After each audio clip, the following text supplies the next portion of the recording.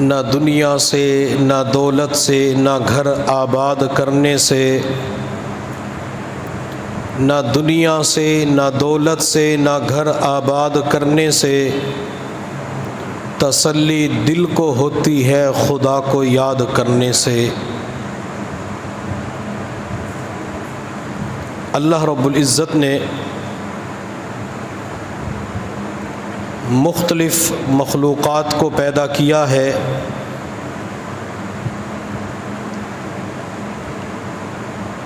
پانی کی مخلوقات کے اندر ایک مچھلی بھی ہے۔ مچھلی کی جسمانی زندگی کے لیے پانی ضروری ہے۔ مچھلی پانی کے اندر رہے تو زندہ رہتی ہے۔ اگر مچھلی کو پانی سے باہر نکال دیا جائے تو وہ تڑپ تڑپ کر مر جاتی ہے۔ اسی طرح مومن بندے کی روحانی زندگی اللہ رب العزت کے ذکر کے ساتھ وابستہ ہے۔ جب تک مومن بندہ اللہ کا ذکر کرتا رہے گا اس وقت تک وہ زندہ رہے گا، اور جس دن وہ ذکر سے غافل ہو جائے گا روحانی طور پر اس بندے کی موت واقع ہو جائے گی۔ یہی وجہ ہے کہ میرے محبوب صلی اللہ علیہ وسلم نے ارشاد فرمایا، مثل الذی یذکر ربہ والذی لا یذکر ربہ کمثل الحی والمیت۔ مثال اس بندے کی جو اللہ کا ذکر کرتا ہے اور جو اللہ کا ذکر نہیں کرتا زندہ اور مردہ کی مانند ہے۔ یعنی ذکر کرنے والے کی مثال زندہ کی مانند ہے اور ذکر نہ کرنے والے کی مثال مردہ کی مانند ہے۔ گویا کہ جو بندہ اللہ رب العزت کا ذکر نہیں کرتا وہ بندہ روحانی طور پہ مر جاتا ہے۔ اور یہی وجہ ہے میرے محبوب صلی اللہ علیہ وسلم نے ارشاد فرمایا، ہر چیز کے لیے ایک پالش ہوتی ہے۔ جوتوں کی پالش، ماربل کی پالش، شیشے کی پالش، پلاسٹک کی پالش، اسی طرح دلوں کی بھی پالش ہوتی ہے۔ میرے محبوب صلی اللہ علیہ وسلم نے ارشاد فرمایا، لِكُلِّ شَيْءٍ ثِقَالَةٌ وَثِقَالَةُ الْقُلُوبِ ذِكْرُ اللَّهِ۔ ہر چیز کی ایک پالش ہوتی ہے اور دلوں کی پالش، دلوں کو چمکانے والی چیز کا نام اللہ رب العزت کا ذکر ہے۔ اگر انسان ذکر کرتا ہے تو دل منور، روشن، چمکدار ہو جاتا ہے، اور جب انسان ذکر کو چھوڑ دیتا ہے، اپنے یومیہ معمولات کی پابندی نہیں کرتا، وہ روزانہ مراقبے کا اہتمام نہیں کرتا، اسے روزانہ استغفار، درود شریف پڑھنے کی توفیق نہیں ملتی، تو یہ بندہ روحانی طور پہ مر جاتا ہے۔ اور ذکر کرنے والا بندہ اس دنیا کے اندر فلاح پا جاتا ہے۔ میرے اللہ نے قرآن عظیم الشان میں فرمایا، وَاذْكُرُوا اللَّهَ كَثِيرًا لَعَلَّكُمْ تُفْلِحُونَ۔ تم اللہ کا ذکر کثرت کے ساتھ کرو تاکہ تم فلاح پا جاؤ، تم کامیاب ہو جاؤ۔ میرے اللہ نے قرآن عظیم الشان کے اندر متعدد مقامات کے اوپر فلاح کا لفظ استعمال کیا۔ قد افلح من تزکا، قد افلح من زکاہا، وَتُوبُوا إِلَى اللَّهِ جَمِيعًا أَيُّهَا الْمُؤْمِنُونَ لَعَلَّكُمْ تُفْلِحُونَ وَافْعَلُوا الْخَيْرَ لَعَلَّكُمْ تُفْلِحُونَ۔ اور جب ذکر کی باری آتی ہے اللہ ذکر کے ساتھ بھی فلاح استعمال فرماتے ہیں، وَاذْكُرُوا اللَّهَ كَثِيرًا لَعَلَّكُمْ تُفْلِحُونَ۔ تم اپنے رب کو کثرت کے ساتھ یاد کرو تاکہ اللہ تمہیں فلاح عطا فرما دے۔ اب فلاح کسے کہتے ہیں؟ فلاح کا اردو زبان کے اندر ترجمہ کیا جائے تو اس کا معنی کامیابی بنتا ہے۔ جیسے مسجد کے اندر جب اذان ہوتی ہے تو مؤذن اپنی انگلیاں کانوں کے اندر دے کر اونچی آواز سے اعلان کرتا ہے، حی علی الفلاح، حی علی الفلاح، او لوگو آؤ فلاح کی طرف، آؤ کامیابی کی طرف۔ گویا کہ کامیابی بندے کو مسجد کے اندر ملتی ہے اور مسجد کے اندر اللہ کا ذکر کیا جاتا ہے۔ میرے پیر و مرشد فرماتے ہیں فلاح اس کامیابی کو کہا جاتا ہے جس کے بعد ناکامی نہیں ہوتی، فلاح اس عروج کو کہتی ہے جس کے بعد زوال نہیں ہوتا، فلاح اس عزت کو کہتے ہیں جس کے بعد ذلت نہیں ہوتی، بلکہ فلاح اس قرب الہی کو کہا جاتا ہے جس کے بعد بندہ اللہ کے در سے دور نہیں ہو سکتا۔ جو اللہ کا ذکر کرے گا اللہ تعالیٰ اسے کامیابی عطا کر کے اپنے قریب کر لیں گے۔ یا اس کو میں اور آسان کر دیتا ہوں، جو بندہ کثرت کے ساتھ اللہ رب العزت کا ذکر کرتا ہے، ہر وقت اس کی زبان ذکر سے تر و تازہ رہتی ہے، اللہ تعالیٰ اسے اپنے قریب کر کے قرب الہی کی نعمت عطا فرما دیتے ہیں۔ جو اللہ کا ذکر کثرت کے ساتھ کرتا ہے اللہ تعالیٰ اسے اپنی معرفت اور پہچان عطا فرما دیتی ہے، اور ذکر کرنے والے کی اللہ تعالیٰ مغفرت فرما دیتے ہیں۔ میرے اللہ نے قرآن عظیم الشان کے اندر فرمایا، ان المسلمین والمسلمات والمؤمنین والمؤمنات والقانتین والقانتات والصادقین والصادقات والصابرین والصابرات والخاشعین والخاشعات والمتصدقین والمتصدقات والصائمین والصائمات والحافظین فروجہم والحافظات۔ اللہ نے مختلف چیزوں کا تذکرہ کیا، مسلمان مرد، مسلمان عورتیں، ایمان والے مرد، ایمان والی عورتیں، روزہ رکھنے والے مرد، روزہ رکھنے والی عورتیں، اپنی عزت اور ناموس کی حفاظت کرنے والے مرد، اپنی عزت و ناموس کی حفاظت کرنے والی عورتیں، ذکر کرنے والے مرد اور ذکر کرنے والی عورتیں، والذاکرین اللہ کثیرا والذاکرات۔ اللہ فرماتے ہیں جو ذکر کرنے والے مرد ہیں یا ذکر کثرت کے ساتھ کرنے والی عورتیں ہیں، میں نے ان کے ساتھ دو چیزوں کا وعدہ کیا ہے۔ اللہ آپ نے دو چیزوں کا وعدہ ذکر والوں کے ساتھ کون سا کیا؟ تو میرے اللہ نے قرآن میں فرمایا، اعد اللہ لہم مغفرۃ واجرا عظیما۔ ایک تو میں ذکر کرنے والوں کی مغفرت فرما دیتا ہوں، اور دوسرا میں نے ذکر کرنے والوں کے لیے اپنے پاس اجر عظیم تیار کر رکھا ہے۔ اللہ تعالیٰ محشر کے میدان میں ذکر کرنے والوں کو بہت بڑا اجر عطا فرمائیں گے۔ اللہ مغفرت بھی فرما دیتے ہیں اور اللہ نے اجر بھی تیار کر رکھا ہے۔ میرے محبوب صلی اللہ علیہ وسلم نے ارشاد فرمایا، جب کچھ لوگ ذکر کرنے کے لیے کسی مجلس کے اندر جمع ہوتے ہیں، یہ جو آپ حضرات ہر اتوار کو مجلس کے اندر شریک ہوتے ہیں یا کہیں بھی مجلس سے ذکر ہوتی ہے تو وہاں پہ آپ شریک ہوتے ہیں، تو اس مجلس کو معمولی نہ سمجھا کریں، ذکر والی مجلس کو کبھی بھی ہلکا نہ سمجھا کریں، ذکر والی مجلس کو بہت بڑی مجلس سمجھا کریں۔ کیوں؟ یہ مجلس کس کی ہے؟ یہ اللہ کے ذکر کے لیے ہے۔ اس مجلس کے اندر اللہ کا ذکر ہوتا ہے، مجلس کا عنوان بھی مجلس ذکر ہوتا ہے۔ تو جب بھی بیان کے اندر آیا کریں تو اس نیت کے ساتھ آیا کریں، ایک تو اپنی اصلاح اور تربیت کے لیے جا رہا ہوں، اور دوسرا میں اللہ کا ذکر کرنے کے لیے جا رہا ہوں۔ جب بندہ ذکر کرنے کی نیت لے کے کسی مجلس کے اندر بیٹھ جاتا ہے تو میرے محبوب صلی اللہ علیہ وسلم نے ارشاد فرمایا، اس مجلس کو اللہ رب العزت کے فرشتے چاروں طرف سے گھیر لیتے ہیں۔ اب جب بندے مختلف برادریوں سے، مختلف خاندانوں سے تعلق رکھنے والے، مختلف زبانوں سے تعلق رکھنے والے ایک جگہ، ایک گھر، مسجد کے اندر، مدرسے کے اندر، جامعہ کے اندر جمع ہوتے ہیں تو ان کو گھیرنے والے اللہ رب العزت کے فرشتے ہوتے ہیں۔ فرشتے ان کے دائیں بائیں آگے پیچھے موجود ہوتے ہیں، اور جب جب یہ مجلس ختم ہو جاتی ہے، جب ذکر کرنے والے مجلس کو برخاست کر لیتے ہیں، یہ فرشتے اللہ رب العزت کے پاس جاتے ہیں تو میرا اللہ جاننے کے باوجود فرشتوں سے پوچھتا ہے، فرشتوں تم کہاں گئے تھے، کہاں سے آ رہے ہو؟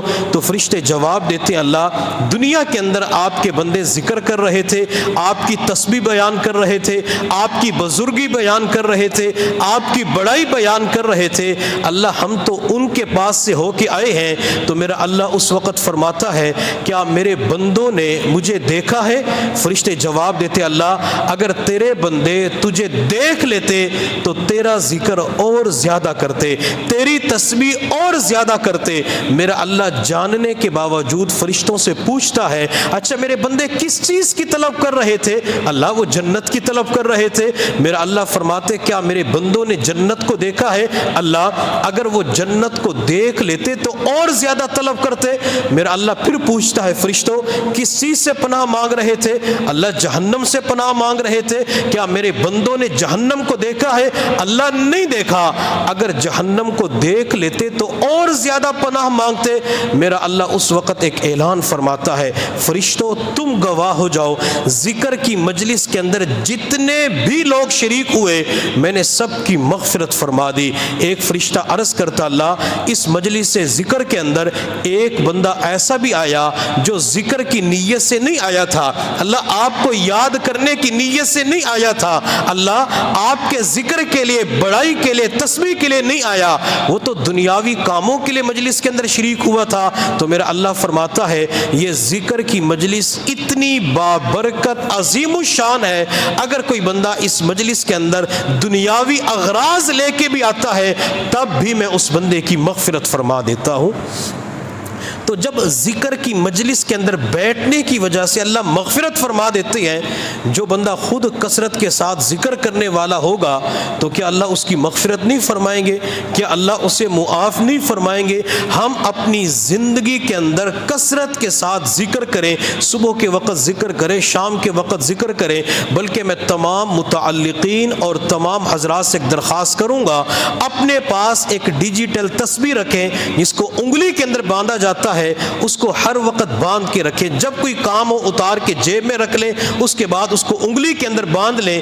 اس کا فائدہ یہ ہوتا ہے کہ اللہ تعالیٰ بندے کو ذکر کی توفیق دے دیتا ہے۔ اگر بندہ ایک دن 500 مرتبہ استغفار پڑھتا ہے، اللہ اگلے دن 550 کی توفیق دے دیتا ہے۔ اگر بندہ ایک دن 1000 مرتبہ درود پڑھتا ہے، بندے کو پتہ ہوتا ہے کہ میں نے آج 1000 مرتبہ درود شریف پڑھا، اللہ تعالیٰ اگلے دن 1100-1500 مرتبہ درود کی توفیق عطا فرما دیتے ہیں۔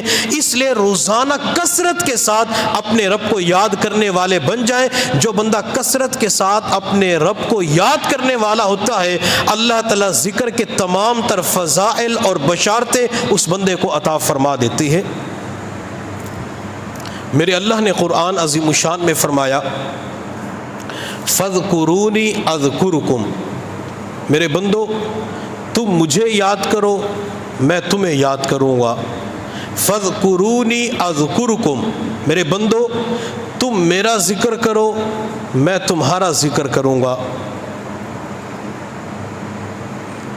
ایک حدیث کے اندر حضور صلی اللہ علیہ وسلم نے ارشاد فرمایا، اللہ تعالیٰ ارشاد فرماتے، حدیث قدسی ہے، انا عند ظن عبدی بی، کہ میں بندے کے ساتھ اس کے گمان کے مطابق معاملہ کرتا ہوں۔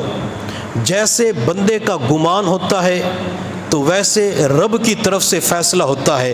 جب بندے کا گمان یہ ہوتا ہے کہ اللہ مجھے صحت دے گا، اللہ صحت دے دیتے ہیں۔ جب بندے کا گمان یہ ہوتا ہے میں دکان پہ جا کے بیٹھوں گا، اللہ روزی دے گا، رزق دے گا، اللہ دے دیتا ہے۔ جب بندے کا گمان یہ ہوتا ہے کہ اللہ بچوں کے مستقبل کو روشن فرمائیں گے، اللہ مستقبل نصیب اچھے بنا دیتا ہے۔ اور جب بندے کا گمان یہ ہوتا ہے کہ میرے حالات ٹھیک نہیں ہو سکتے، میرے ساتھ بہتر بہتری نہیں ہو سکتی، میرے ساتھ خیر کا معاملہ نہیں ہو سکتا۔ اللہ فرماتے ہیں جیسا تیرا رب کے بارے میں گمان ہوگا ویسے رب کی طرف سے فیصلے ہوں گے۔ جیسے بندہ گمان کرے گا کہ میرے حالات ٹھیک نہیں ہو سکتے، اللہ اس کے حالات کو درست نہیں کرتے۔ جب بندے کا گمان یہ ہوتا ہے اللہ کرے گا، اللہ کر دے گا، اللہ تعالیٰ اس کے حالات کو درست فرما دیتے ہیں۔ تو اللہ کے بارے میں اچھا گمان رکھا کریں، اللہ کے بارے میں اچھا گمان ہوگا، اللہ تعالیٰ اچھے فیصلے فرما دیں گے۔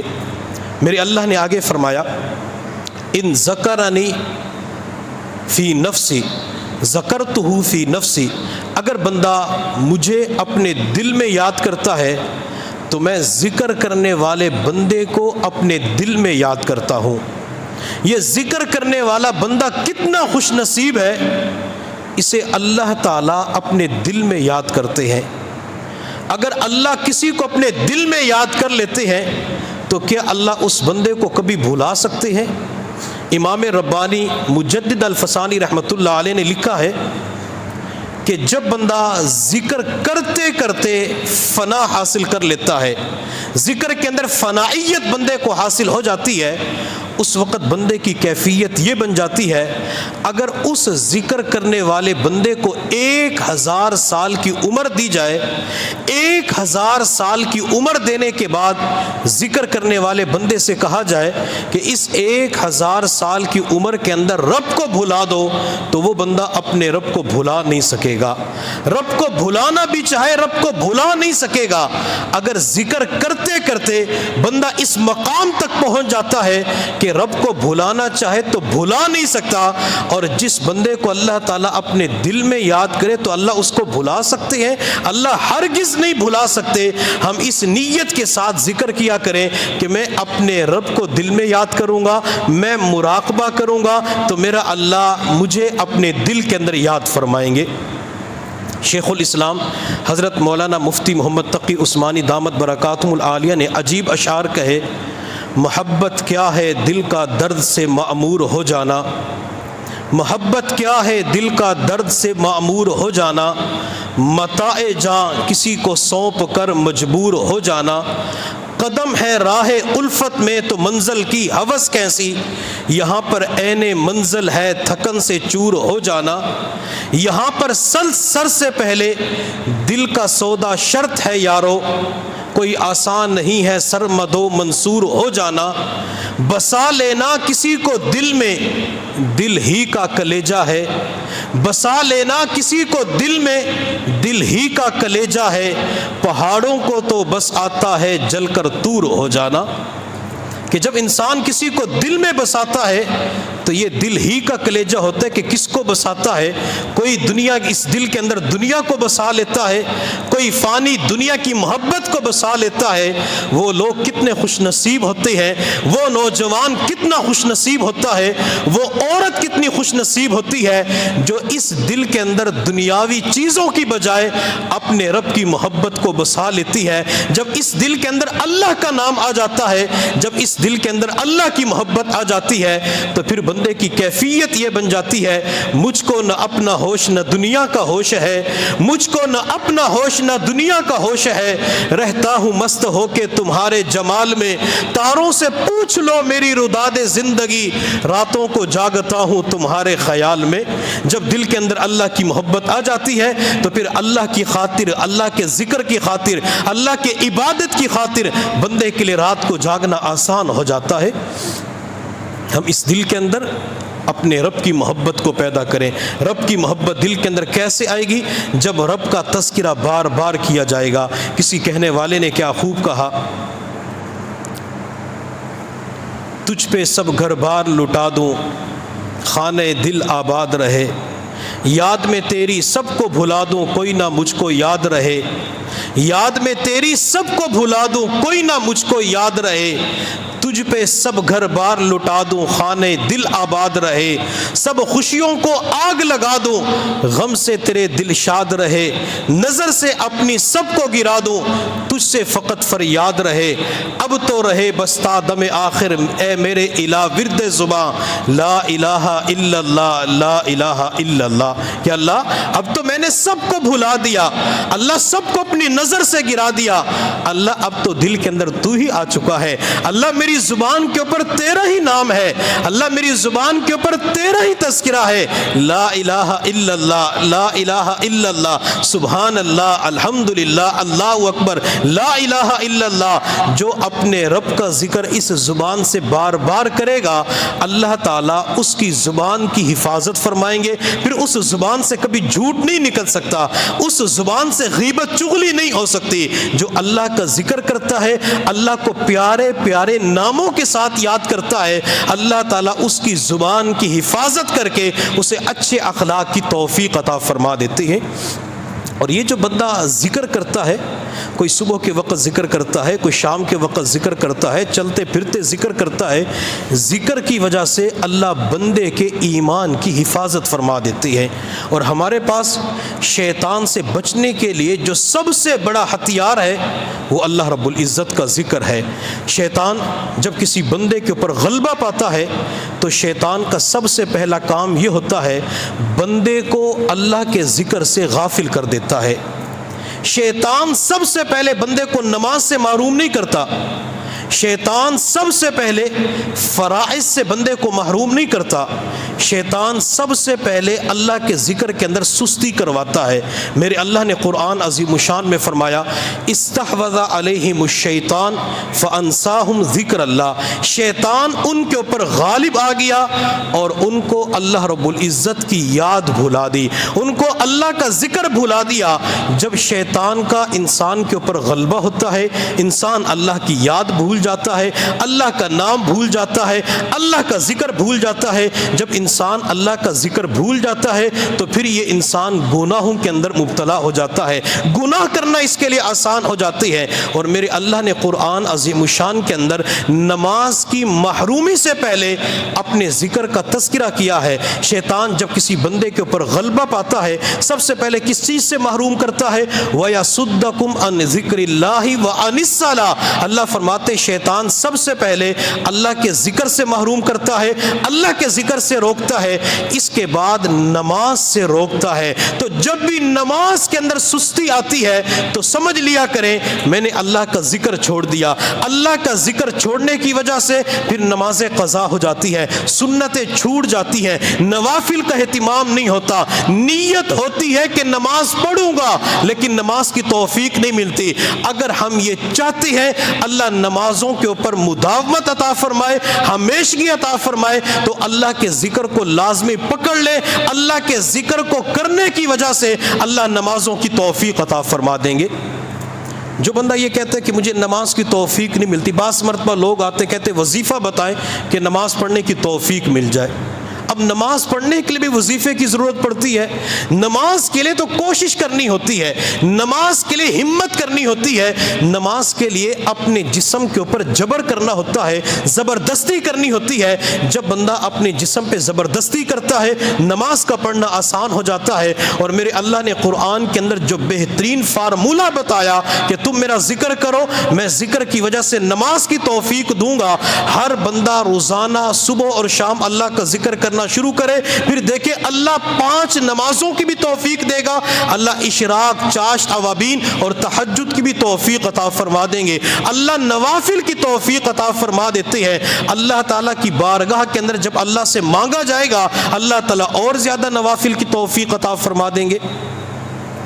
تو اللہ تعالیٰ فرماتے ہیں ان ذکرنی فی نفسی، اگر بندہ مجھے اپنے دل میں یاد کرتا ہے، ذکرتہ فی نفسی، میں ذکر کرنے والے بندے کو اپنے دل میں یاد کرتا ہوں۔ اور آگے میرے اللہ نے فرمایا ان ذکرنی فی ملأ ذکرتہ فی ملأ خیر منہ، اگر یہ بندہ مجھے کسی مجلس کے اندر یاد کرتا ہے تو میں اس مجلس سے بہتر فرشتوں کی مجلس کے اندر اپنے بندے کا تذکرہ کرتا ہوں۔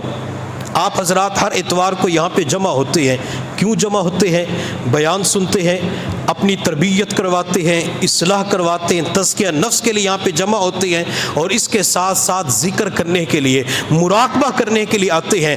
اگر ہم مجلس کے اندر بیٹھ کے ریاض الجنہ مسجد کے اندر اللہ کا ذکر کریں گے، اللہ تعالیٰ آسمان کے اوپر فرشتوں کی مجلس میں ایک ایک بندے کا نام لے کے تذکرہ فرمائیں گے۔ آج میرے بندے نے فلاں جگہ مجھے یاد کیا، میرے فلاں بندے نے میرا ذکر یوں کیا۔ یہ ہمارے لیے تھوڑی خوش نصیبی کی بات ہے کہ اللہ تعالیٰ نام لے کے فرشتوں کی مجلس کے اندر ہمارا تذکرہ کرے۔ ایک اللہ والے کو کھانے کے اندر گلی سڑی سبزیاں ملی تو کسی نے کہا حضرت آپ کا مقام اور مرتبہ تو بہت بلند ہے، آپ کو کھانے کے اندر گلی سڑی سبزیاں مل گئی۔ اللہ والے نے فرمایا الحمدللہ الحمدللہ۔ وہ شخص کہنے لگا حضرت کھانے کے اندر گلی سڑی سبزیاں ملی ہیں، آپ پھر بھی اللہ کا شکر ادا کر رہے ہیں؟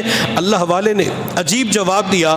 اللہ والے نے فرمایا یہ تھوڑے میرے لیے اعزاز کی بات ہے کہ جب اللہ رزق تقسیم کر رہا تھا، اللہ نے رزق تقسیم کرتے وقت میرا نام لیا ہے کہ فلاں بندے کو اچھا رزق دے دو، فلاں کو گھٹیا رزق دے دو۔ میرے لیے اعزاز کی بات ہے، خوش نصیبی کی بات ہے کہ اللہ نے میرا نام لیا ہے۔ تو جب ہم ذکر کرتے مجلس کے اندر بیٹھ کے، اللہ تعالیٰ ہمارا فرشتوں کے سامنے نام لیتے ہیں کہ میرے فلاں بندے نے آج مجھے یاد کیا ہے۔ اور جب بندہ اللہ کا ذکر نہیں کرتا تو اللہ بھی بندے کو یاد نہیں کرتے۔ اب یہ ہمارے اختیار میں ہے کہ اللہ ہمیں یاد کرے تو ہم بھی اللہ کو یاد کرنے والے بن جائیں۔ اللہ فرشتوں کی مجلس کے اندر ہمیں یاد کرے، ہم مجلس کے اندر بیٹھ کے اللہ کا ذکر کر لیا کریں۔ اگر کسی دن مجلس نصیب نہیں ہو سکتی تو گھر کے اندر اکٹھے بیٹھ کے ذکر کر لیا کریں۔ اور یہاں پہ میں آپ کو وظیفہ بتا دیتا ہوں، بعض مرتبہ گھروں کے اندر پریشانیاں ہوتی ہیں وہ جان نہیں چھوڑتی، بیماریاں ہوتی ہیں جان نہیں چھوڑتی، ٹیسٹ کرواتے ہیں ٹیسٹ بالکل ٹھیک ہوتے ہیں، لیکن پھر بھی انسان ہر وقت دکھی دردوں کے اندر مبتلا پریشان رہتا ہے۔ تو یہ بندہ روزانہ عشاء کی نماز کے بعد یا کسی بھی نماز کے بعد اپنے بچوں کو بٹھائے، بیوی کو بٹھائے، وہاں پہ گٹھلیاں رکھ لے۔ اگر گٹھلیاں موجود نہیں ہیں تو تسبیح کا انتظام کر لے، ہر ایک کو تسبیح دے دے، 500 مرتبہ لا حول ولا قوت الا باللہ اس کا اہتمام کرے۔ اول آخر درود شریف 100 مرتبہ پڑھے، بچوں کے ذمے لگائیں، بیٹیوں کے ذمے لگائیں، بیوی کے ذمے لگائیں، بہو ہے تو اس کے ذمے لگائیں، اور خود بھی بیٹھ کر اکٹھے بیٹھ کے ذکر کا اہتمام کریں۔ چند دن تک اس وظیفے کے اوپر عمل کریں، ایک تو گھر کے اندر ذکر کی مجلس لگ جائے گی، اور دوسرا اللہ تعالیٰ اس وظیفے کی برکت سے ہر قسم کی پریشانی دکھ درد کو ختم فرما دیں گے۔ تو ہمیں اللہ کا ذکر کرنا چاہیے، اللہ کو یاد کرنا چاہیے۔ فَاذْكُرُونِي أَذْكُرْكُمْ، اللہ فرماتے تم مجھے یاد کرو میں تمہیں یاد کروں گا۔ مفسرین نے اس کے کئی معانی لکھے ہیں۔ اس کا ایک معنی یہ ہے، اللہ فرماتے میرے بندو تم مجھے فرش پہ یاد کرو میں تمہیں عرش پہ یاد کروں گا۔ فَاذْكُرُونِي أَذْكُرْكُمْ، اس کا دوسرا معنی یہ ہے، مفسرین فرماتے ہیں اللہ بندوں سے فرماتے ہیں کہ میرے بندو تم اطاعت کے ساتھ مجھے یاد کرو، میں مخلوق کو تمہاری اطاعت کے اندر لگا دوں گا۔ جب بندہ اللہ کی اطاعت کرتا ہے، فرما برداری کرتا ہے، اللہ کا جو بھی حکم سامنے آ جاتا ہے وہ سر خم تسلیم کر لیتے، اللہ میں آپ کا یہ حکم مانوں گا، اس کے مطابق عمل کروں گا۔ اللہ میں رب چاہی زندگی گزارنا چاہتا ہوں، اللہ کائنات کی مخلوقات کو اس کا مطیع اور فرما بردار بنا دیتے ہیں۔ میرے محبوب صلی اللہ علیہ وسلم کے صحابہ افریقہ کے جنگلوں کے اندر گئے تو رات ایک جنگل کے اندر گزارنی تھی، وہاں کے باشندوں نے کہا کہ یہاں پہ درندے ہوتے ہیں رات کو نقصان پہنچائیں گے۔ ایک صحابی رسول صلی اللہ علیہ وسلم اونچی چٹان کے اوپر کھڑے ہو گئے اور جنگل کی طرف رخ کر کے رات کے اندھیرے کے اندر اعلان کیا، جنگل کے درندوں، جنگل کے جانوروں، پیغمبر کے اصحاب نے جنگل کے اندر رات گزارنی ہے، تم یہاں سے چلے جاؤ۔ جب میرے محبوب صلی اللہ علیہ وسلم کا صحابی جنگل کے درندوں کو حکم دیتا ہے تو جنگل کے سارے جانور، درندے اور شیر اپنے بچوں کو اٹھائے ہوئے بھاگتے ہوئے نظر آ رہے تھے۔ چونکہ صحابہ نے اللہ کی مانی، اللہ کے پیغمبر کی مانی، اللہ نے جنگل کے درندوں کو ان کا مطیع بنا دیا۔ حضرت عبداللہ بن عمر رضی اللہ تعالیٰ عنہ ایک مرتبہ کہیں تشریف لے جا رہے تھے، لوگوں کا ہجوم دیکھا تو آپ نے پوچھا کیوں جمع ہے؟ لوگوں نے کہا کہ راستے کے اندر شیر بیٹھا ہوا ہے، لوگ سارے اس سے ڈرے ہوئے ہیں، کانپ رہے ہیں۔ حضرت عبداللہ بن عمر شیر کے پاس گئے اور شیر کا کان پکڑ کے کہا کہ تو یہاں سے چلا جا، اللہ کے بندوں کو تنگ کیوں کرتا ہے؟ جب عبداللہ بن عمر نے اتنا کہا کہ اللہ کے بندوں کو تنگ کیوں کرتے ہو، وہ شیر اپنی دم ہلاتے ہوئے جنگل کی طرف نکل گیا۔ اللہ نے جنگل کے شیر کو ان کا فرما بردار بنا دیا۔ حضرت مولانا محمد موسیٰ روحانی البازی رحمۃ اللہ علیہ نے لکھا ہے، روم کے بادشاہ نے کسی بندے کو تیار کیا اور کہا کہ جا کر عمر کو قتل کر دو رضی اللہ تعالیٰ عنہ۔ اس شخص نے کہا کہ اگر میں مسلمانوں کے امیر المؤمنین عمر فاروق کو قتل کر دوں مجھے کیا ملے گا؟ بادشاہ نے کہا اپنی بیٹی کا نکاح تیرے ساتھ کر دوں گا اور تجھے اپنا خاص عہدہ عطا کروں گا، مقرب بناؤں گا۔ بندہ تیار ہو گیا، اسلامی لبادے کے اندر روم سے روانہ ہوا، مدینہ طیبہ کے اندر پہنچا، لوگوں سے پوچھا تمہارے امیر المؤمنین کہاں پہ ہے؟ لوگوں نے جواب دیا وہ تو بیت المال کے اونٹ چرانے کے لیے جنگل کے اندر گئے ہوئے ہیں۔ کہتے امیر المؤمنین اور بیت المال کے اونٹ چرانے؟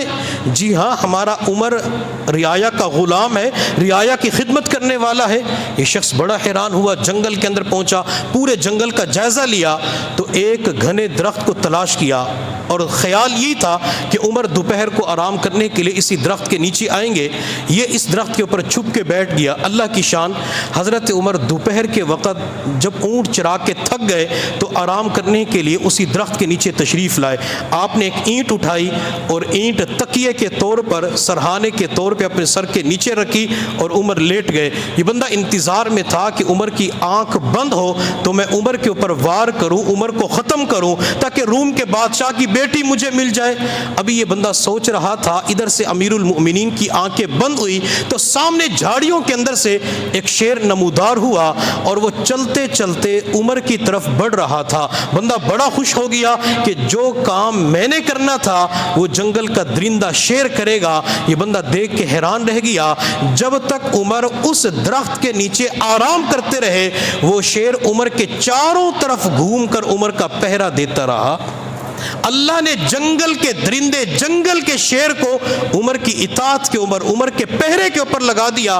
بندے نے اوپر سے نیچے چھلانگ ماری اور کہا کہ عمر کلمہ پڑھا کے مسلمان کر دے۔ حضرت عمر نے کہا کہ میں نے تو آپ کو کلمے کی دعوت نہیں دی، آپ کون ہیں؟ تو یہ شخص کہنے لگا عمر میں نے اپنی آنکھوں سے آپ کی کرامت دیکھی ہے کہ جنگل کے درندے بھی آپ کی اطاعت کرتے ہیں، جنگل کے درندے بھی آپ کی مانتے ہیں۔ حضرت عمر فاروق رضی اللہ تعالی عنہ نے اس شخص سے کہا ہوگا جب میں تصورات کی دنیا میں دیکھتا ہوں کہ تو جنگل کے درندوں کی بات کرتا ہے، میری تو اللہ کا شیر علی بھی مانتا ہے۔ حضرت عمر کی جنگل کے درندے اور شیر اطاعت کرتے ہوئے نظر آتے ہیں۔ اگر ہم بھی اللہ کی اطاعت کریں گے اللہ مخلوقات کو ہماری اطاعت فرما برداری کے اندر لگا دیں گے۔ بعض مرتبہ گھر کا سربراہ پریشان ہوتا ہے کہ بچے میری بات نہیں مانتے، خاوند پریشان ہوتا ہے بیوی میری نافرمان بن گئی، اور کبھی مالک شکوہ کرتا ہے ملازم میری بات نہیں مانتے، تو لگتا یہ ہے کہ اس کے اپنے اندر اطاعت الہی کے اندر کمی پائی جاتی ہے۔ اگر یہ اپنے رب کی اطاعت کرنا شروع کر دے اللہ اس کی بیوی کو فرما بردار بنا دیں گے، اللہ اس کی اولاد کو فرما بردار بنا دیں گے، اللہ اس کے نوکروں ملازموں کو فرما بردار بنا دیں گے۔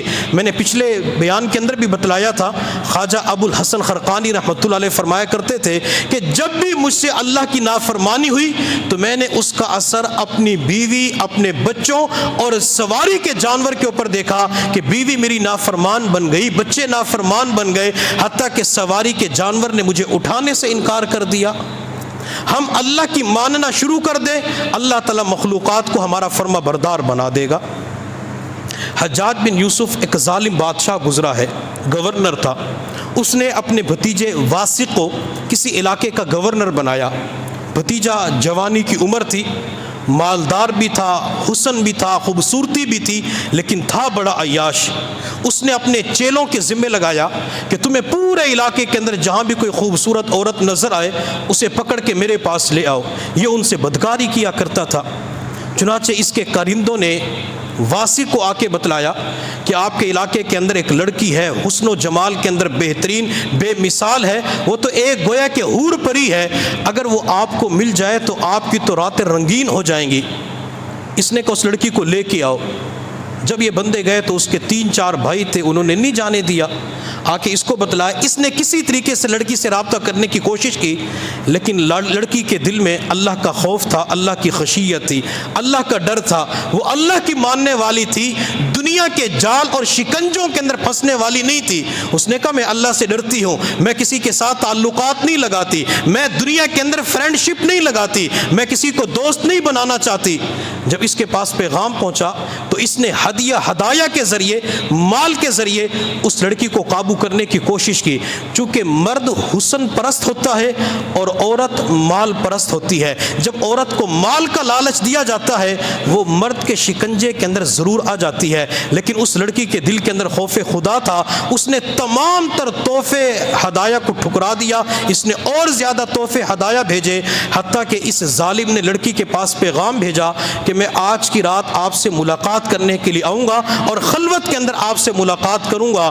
جب لڑکی کے پاس یہ پیغام پہنچا اس نے اپنے بھائیوں کو بتلایا کہ اس طریقے سے ظالم گورنر میری عزت کو لوٹنے کے لیے آج ہمارے گھر آ رہا ہے اور اس نے میرے پاس یہ تحفے ہدایہ بھیجے تھے۔ تو بھائیوں نے کہا کہ رات کے وقت دیکھا جائے گا ہوتا کیا ہے۔ وہ ظالم گورنر اپنی سواری کے اوپر سوار ہو کے آیا، جو ہی گھر کے اندر داخل ہونے لگا بھائی چھپ کے بیٹھے ہوئے تھے، انہوں نے اس ظالم کے اوپر حملہ کیا اور اسے قتل کر کے جسم کے ٹکڑے ٹکڑے کر کے بوری کے اندر ڈال کے بند کر کے رکھ دیا۔ اس بوری کو اپنے کندھوں پہ اٹھایا اور کئی میل کا سفر کر کے حجاج بن یوسف کے پاس پہنچے اور بوری کا منہ کھول کے سارے ٹکڑے حجاج کے سامنے ڈال دیے۔ حجاج بن یوسف نے پوچھا یہ کیا؟ تو بھائیوں نے کہا یہ آپ کے بھتیجے کے ٹکڑے ہیں۔ اب حجاج بن یوسف بھی ظالم تھا تو اس کو جلال آیا، غصہ آیا، چہرہ سرخ ہو گیا، تم نے میرے بھتیجے کو قتل کر دیا؟ وہ تو تمہارے علاقے کا گورنر تھا، تمہارے علاقے کا حاکم تھا، تم نے اپنے حاکم کو قتل کر دیا۔ بھائیوں نے کہا کہ پہلے ہماری بات تو سنیں۔ جب انہوں نے اپنی تمام تر باتیں حجاج بن یوسف کو بتلائی تو اس نے تحقیقات کے لیے اپنے چند نمائندوں کو بھیجا، تو نمائندوں نے آ کر اسی طرح بتلایا جس طرح لڑکی کے بھائیوں نے بتلایا تھا۔ تو حجاج بن یوسف کا فیصلہ کیا تھا؟ اگرچہ ظالم تھا لیکن حجاج بن یوسف نے اس وقت کہا کہ ایک سارا قصور زیادتی میرے بھتیجے کی ہے، تم نے اس کے جسم کے ٹکڑے کیے، اب ان ٹکڑوں کو میں قبر کے اندر دفن نہیں کروں گا بلکہ ان ٹکڑوں کو میں کتوں کے سامنے ڈالوں گا تاکہ دنیا والوں کو پتہ چل جائے کہ جو کسی کی عزت کو لوٹنا چاہتا ہے وہ قبر کے قابل نہیں ہے بلکہ کتوں کے قابل ہوتا ہے۔ وہ سارے ٹکڑے اٹھا کے خون خار کتوں کے سامنے ڈال دیے۔ پھر اس حجاج بن یوسف نے اس لڑکی کو بلایا جس کی عزت اس کا بھتیجا لوٹنا چاہتا تھا اور مال کے ذریعے لوٹنا چاہتا تھا۔ اس بھتیجے کی جتنی جائیداد مال پیسہ تھا وہ سارا کا سارا اس لڑکی کے حوالے کر دیا۔ یہاں پہ ایک نقطے کی بات سمجھیں، اس لڑکی نے اپنے رب کی اطاعت کی، اس لڑکی نے اللہ کی مانی، دنیا والوں کے ساتھ دوستی نہیں لگائی، اپنی عزت کا سودا مال کی وجہ سے نہیں کیا۔ اللہ تعالیٰ نے جہاں عزت کی حفاظت فرمائی، اللہ نے اطاعت کی وجہ سے اسے دنیا کا مال بھی عطا فرما دیا۔ اگر ہم بھی دنیا کے اندر رب کی اطاعت کریں گے اللہ تعالیٰ ہماری جان مال عزت آبرو کی حفاظت فرمائیں گے اور دنیا کی تمام تر نعمتیں اللہ تعالیٰ ہمیں عطا فرما دیں گے۔ فَاذْكُرُونِي أَذْكُرْكُمْ، اس کا تیسرا مطلب مفسرین نے لکھا ہے، اللہ فرماتے ہیں کہ میرے بندو تم مجھے تسلیم اور رضا کے ذریعے یاد کرو، میں تمہارے حق میں اچھے فیصلے کر کے تمہیں یاد رکھوں گا۔ کیا مطلب؟ کہ بندہ اللہ کی رضا پہ راضی رہے، اللہ کے اوپر اعتراض نہ کرے، گلا شکوہ نہ کرے، ناشکری کے کلمات بندے کی زبان کے اوپر نہ آئے۔ اگر بندہ اللہ کی رضا پہ راضی رہتا ہے تو اللہ فرماتے میں تمہارے حق کے اندر اچھے فیصلے کروں گا۔ میرے محبوب صلی اللہ علیہ وسلم جب طائف کے میدان میں تشریف لے گئے، اہل طائف نے جو سلوک کیا وہ ہم سب کے سامنے ہے۔ میرے پیغمبر اپنے پورے بدن کو لہولہان کروا کے جب عتبہ کے باغ میں پہنچے، اللہ نے فرشتے کو بھیجا، جاؤ میرے محبوب سے کہہ دے اگر وہ چاہیں میں طائف والوں کو دو پہاڑوں کے درمیان کچل ڈالوں۔ فرشتے نے آ کے پیغام پہنچایا۔ نبی علیہ الصلوۃ والسلام نے اس وقت انتقامی جذبات کا اظہار نہیں فرمایا۔ آپ علیہ الصلوۃ والسلام نے سب سے پہلے عاجزی اختیار فرمائی، اللہم انت ربی، اللہ تو میرا رب ہے، وانا عبدک، اللہ میں آپ کا بندہ ہوں، وابن عبدک، اللہ میں آپ کے بندے کا بیٹا ہوں، وابن امتک، آپ کی بندی کا بیٹا ہوں، ناصیتی بیدک، اللہ میری پیشانی آپ کے قبضے قدرت میں ہے، اللہ آپ میرے بارے میں جو بھی فیصلہ فرمائیں گے اللہ مجھے وہ منظور ہوگا۔ اللہ اگر آپ مجھ سے راضی ہیں تو مجھے پوری دنیا کی ناراضگی کی کوئی پرواہ نہیں، اللہ اگر آپ مجھ سے ناراض ہو چکے ہیں اللہ آپ کو اس وقت تک منانا ضروری ہے اللہ جب تک کہ آپ راضی نہ ہو جائیں۔ نبی علیہ السلام اپنا پورا جسم لہولہان کروا چکے ہیں، آپ کے جوتے نعلین مبارک خون سے بھر چکے ہیں۔ نبی علیہ الصلوۃ والسلام کو اس وقت کس کی فکر تھی؟ اللہ کی رضا کی فکر تھی۔ اللہ اب بھی تو مجھ سے راضی ہو جا۔ میرے اللہ نے پیغمبر کے بارے میں کیسا اچھا فیصلہ کیا، جب میرے پیغمبر رات کے وقت مکہ مکرمہ پہنچے اللہ رب العزت نے محبوب کو آسمانوں کی سیر کروا کے عرش کے اوپر اپنے پاس بلا کے اپنا دیدار کروا دیا۔ پیغمبر نے رب کی رضا کو سامنے رکھا، اللہ نے معراج کی بلندیوں کی انتہا کروا دی۔ حضرت حسین ابن علی رضی اللہ تعالی عنہ کربلا کے میدان میں جب اپنے 72 افراد کا خون پیش کرتے ہیں، حضرت حسین ابن علی علی اکبر کو قربان کرتے ہیں، علی اصغر کو قربان کرتے ہیں، جب حسن کے بیٹے قاسم کی قربانی پیش کرتے ہیں، جب یہ 72 افراد دنیا سے چلے جاتے ہیں، لاشیں حسین ابن علی کی آنکھوں کے سامنے پڑی ہوتی ہیں۔ حسین ابن علی 10 محرم الحرام کو جب تمام لشکر کا مقابلہ کرتے ہیں اور جسم کے اندر تیر پیوست ہوتے ہیں، نیزے اور تلوار کے زخم لگتے ہیں، حسین ابن علی کی برداشت کی انتہا ختم ہوتی ہے۔ آپ اپنی سواری سے جب فرش زمین پہ آتے ہیں، حسین ابن علی نے اپنی پیشانی زمین پہ رکھی اور رب کے سامنے فریاد کیا، اللہ دیکھ تو صحیح، حسین ابن علی علی اکبر کو قربان کر چکا ہے، علی اصغر کو قربان کر چکا ہے، اللہ میں 72 افراد کی قربانی دے چکا ہو، اللہ میرا جسم جھلی ہو چکا ہے، میرا بدن زخمی ہو چکا ہے، اللہ حسین تیری تقدیر پہ راضی ہے، اللہ بتا تو بھی حسین سے راضی ہوا کہ نہ ہوا؟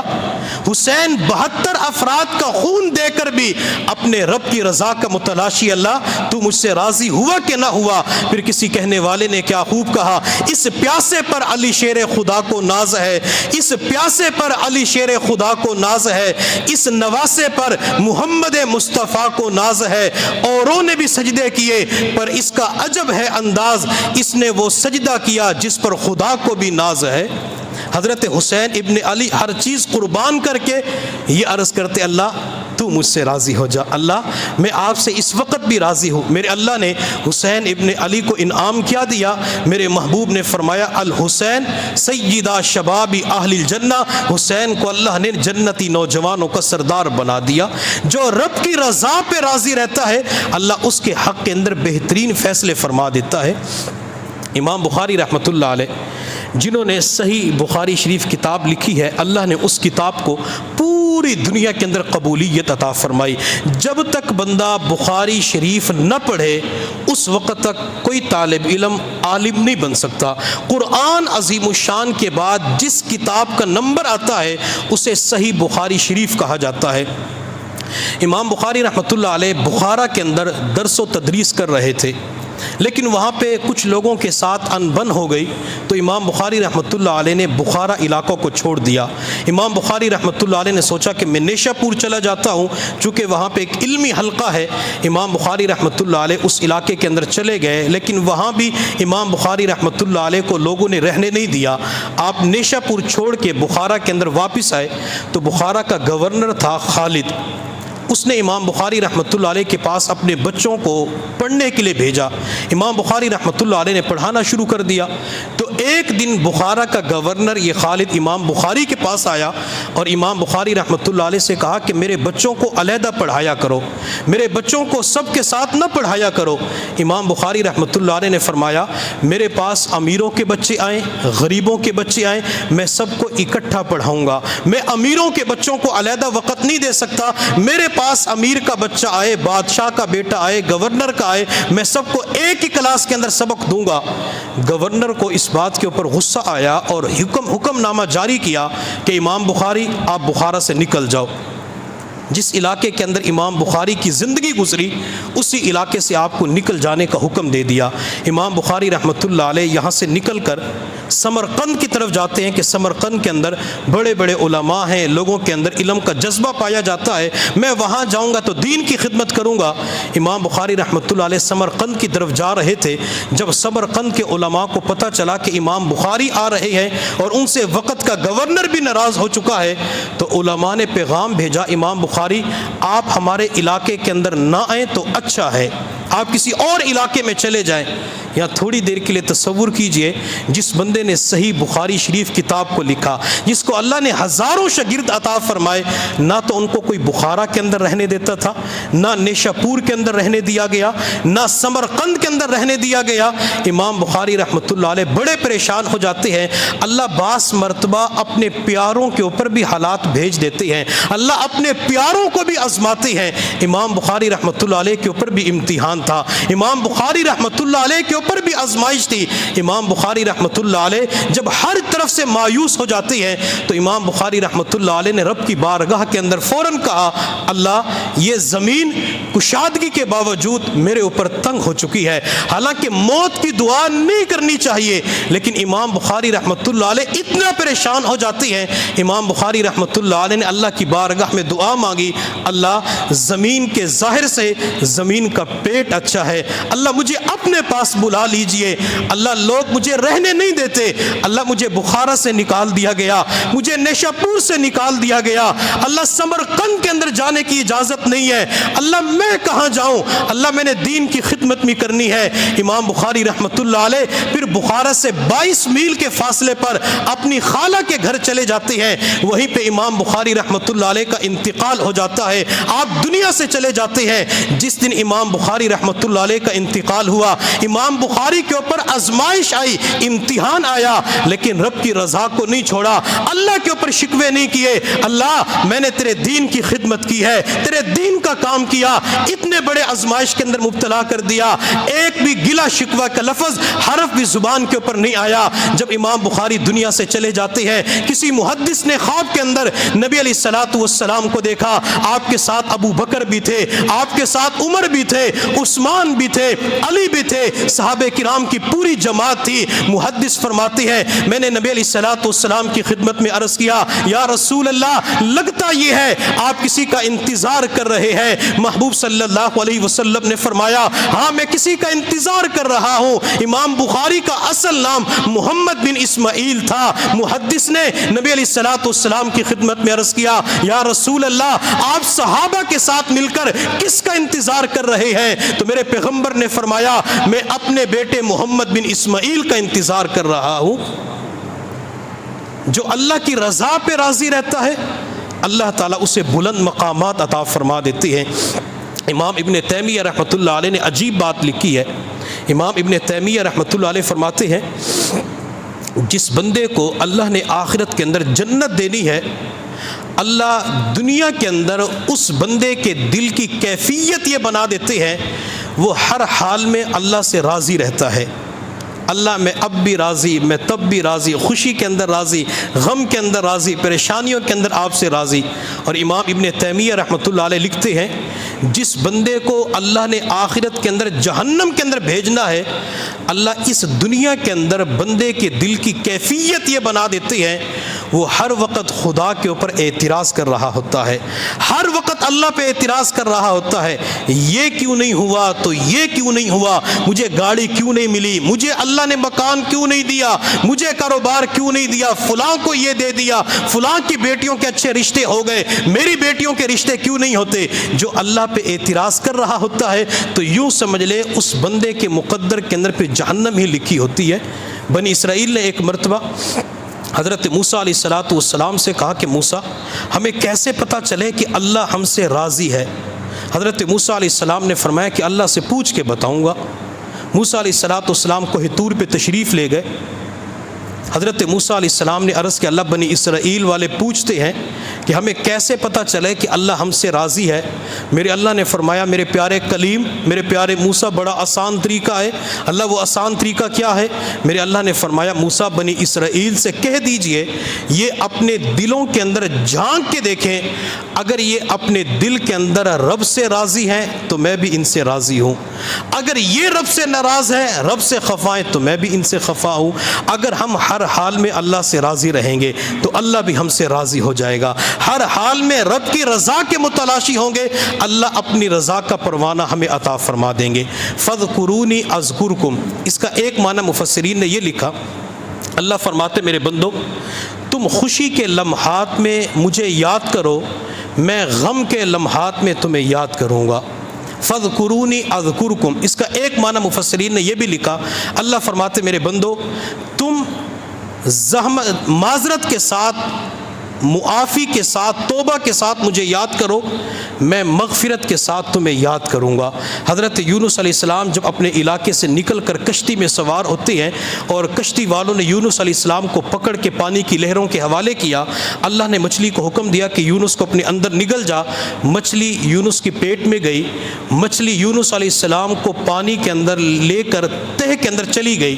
جب تہہ کے اندر پہنچی تو یونس علیہ السلام نے وہاں پہ لا الہ الا اللہ کی آواز سنی۔ حضرت یونس علیہ السلام نے مچھلی کے پیٹ میں رب کی بارگاہ میں فریاد کی، اللہ یہ لا الہ الا اللہ کی آواز کہاں سے آ رہی ہے؟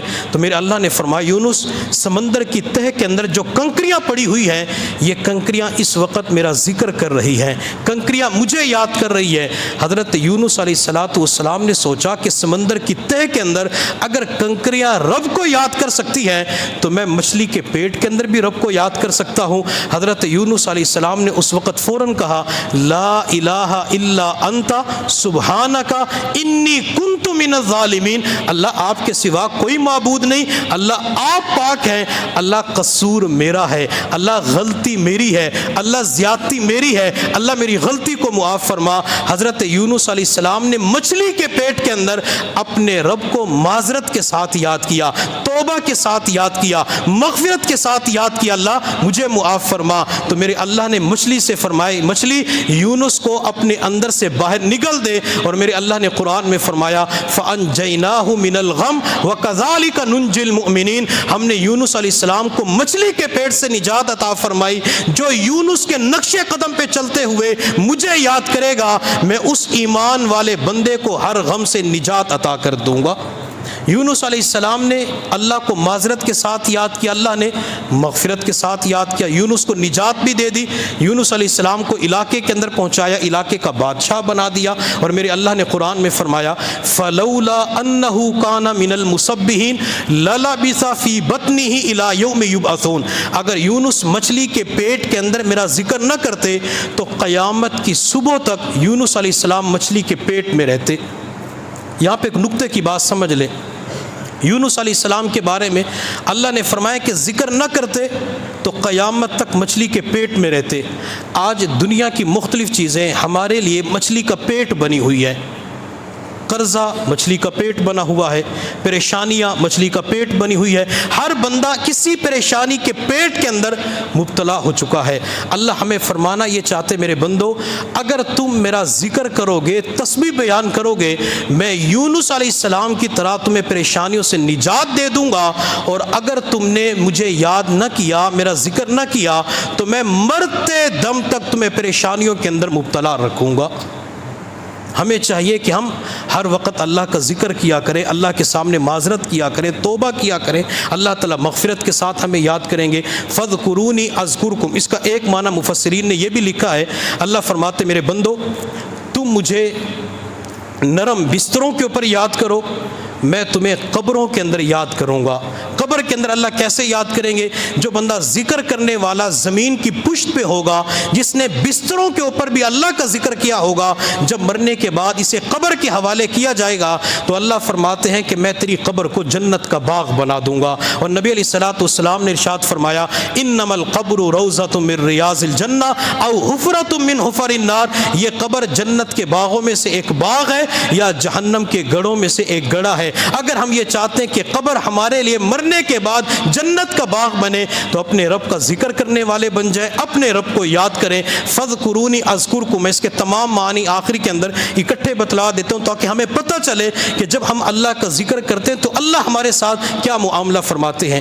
اللہ فرماتے ہیں کہ میرے بندے اگر تو مجھے اپنے دل میں یاد کرے گا تو میں تجھے اپنے دل میں یاد کروں گا، اگر تو کسی مجلس کے اندر مجھے یاد کرے گا تو میں فرشتوں کی مجلس کے اندر تجھے یاد کروں گا۔ تیسرا معنی اللہ فرماتے میرے بندے تو مجھے فرش کے اوپر یاد کر، میں تجھے عرش پہ یاد کروں گا۔ چوتھا معنی اللہ فرماتے ہیں تو مجھے اطاعت کے ساتھ یاد کر، میں مخلوق کو تیری اطاعت کے اندر لگا دوں گا۔ پانچواں معنی اللہ فرماتے میرے بندے تو رضا کے ذریعے مجھے یاد کر، میں تیرے حق کے اندر اچھے فیصلہ کر کے تجھے یاد کروں گا۔ چھٹا معنی اللہ فرماتے ہیں کہ میرے بندے تو مجھے بستر کے اوپر یاد کر، میں تجھے قبر کے اندر یاد کروں گا۔ اگلا معنی اللہ فرماتے میرے بندے تو معذرت کے ساتھ مجھے یاد کر، میں مغفرت کے ساتھ تجھے یاد کروں گا۔ اللہ رب العزت کی بارگاہ میں دعا ہے اللہ تعالی ہم سب کو کثرت کے ساتھ ذکر کرنے کی توفیق عطا فرمائے۔ وآخر دعوانا ان الحمد للہ رب العالمین۔